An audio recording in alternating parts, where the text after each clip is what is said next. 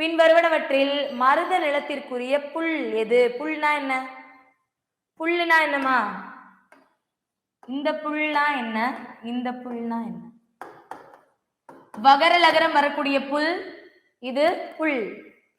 ரெண்டுக்கும் என்ன வித்தியாசம்? Very good. இந்த மேல இருக்க புல் வகர லகரம் வர புல்னா என்ன அர்த்தமா? அது வந்து ஒரு செடி வகை இல்ல தாவர வகை, ஒரு தாவர வகை. ஓகேவா? இந்த புல்னா என்ன அர்த்தம்? பறவை. இப்போ நமக்கு இங்க என்ன கேக்குறாங்க? மருத நிலத்திற்குரிய புல் எது அப்படின்னு கேக்குறாங்க. சொல்லலாமா? மருத நிலத்திற்குரிய புல் எது? நம்ம வரிசையாவே சொல்லிடுவோமா? குறிஞ்சிக்கு என்ன, முல்லைக்கு என்ன, மருதத்துக்கு என்ன, நெய்தலுக்கு என்ன, பாலைக்கு என்னன்னு பாப்போமா? சொல்லுங்க பார்க்கலாம். குறிஞ்சி நிலத்திற்குரிய பறவை, குறிஞ்சி நிலத்திற்குரிய பறவை என்னது?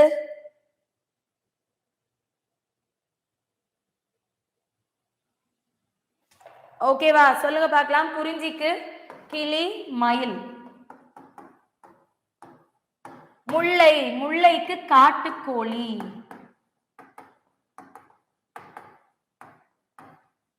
மருதம்க்கு நோட் பண்ணிக்கோங்க. நாரை,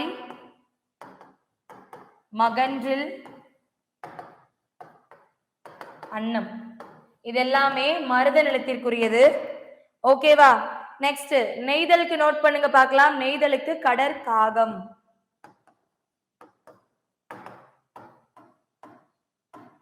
அடுத்ததா பாலைக்கு புறா, பருந்து, கழுகு.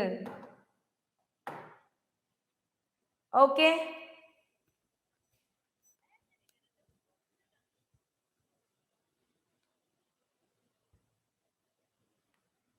ஓகேவா? சோ அப்ப இந்த क्वेश्चनக்கான ஆன்சர் என்ன? பின்வருவனவற்றில் மருத நிலத்திற்குரியதுன்னு கேட்டிருக்காங்க. அப்ப ஆன்சர் மகன்றில். காட்டுக்கோழின்றது முல்லை, கழுகுன்றது பாலை, கடற்காகம்ன்றது நெய்தல். ஓகேவா? நோட் பண்ணிக்கோங்கம்மா, நோட் பண்ணிக்கோங்க. ஓகே, நெக்ஸ்ட் போலாம். 9 திருத்தொண்டர் தொகையை பாடியவர் யார்? திருத்தொண்டர் தொகையை பாடியவர் யார்? சுந்தரர், அப்பர், பெரியாழ்வார், சேக்கிழார். திருத்தொண்டர் தொகையை பாடியவர் யார் அப்படின்னு கேக்குறாங்க. பதில் சொல்லுங்க.